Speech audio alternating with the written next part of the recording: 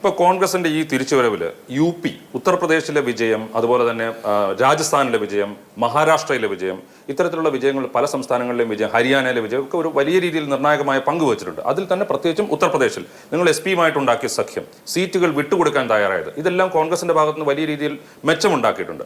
അപ്പോൾ ഇനിയിപ്പോൾ അവിടെ രാഹുൽ ഗാന്ധി റായ്ബറേലി നിലനിർത്തുന്നു. പക്ഷെ എങ്കിൽ പോലും രാഹുൽ ഗാന്ധി പ്രതിപക്ഷ നേതൃസ്ഥാനം ഏറ്റെടുക്കുന്നതിന് ഈ മടി കാണിക്കുന്നത് എന്തുകൊണ്ടാണ്?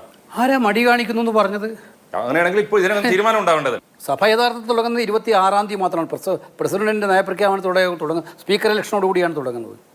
സംശയം വേണ്ട, അതിനു മുമ്പ് ഏറ്റവും ശക്തനായ ഒരു പ്രതിപക്ഷ നേതാവ് ഉണ്ടാവും കോൺഗ്രസ് പാർട്ടി. അപ്പോഴും KC പറയുന്നില്ല രാഹുൽ ഗാന്ധി ആയിരിക്കുമെന്ന് പറയുന്നില്ല.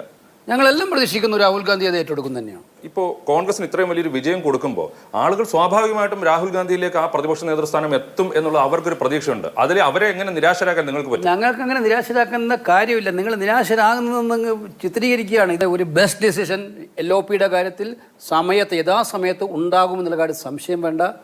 രാഹുൽ ഗാന്ധി ഉത്തരവാദിത്തത്തിൽ നിന്നും ഒഴിഞ്ഞോടുന്ന നേതാവല്ല എന്നുള്ളത് എനിക്ക് 100% അറിയാം. താങ്കൾക്കും അത് ബോധ്യപ്പെടും.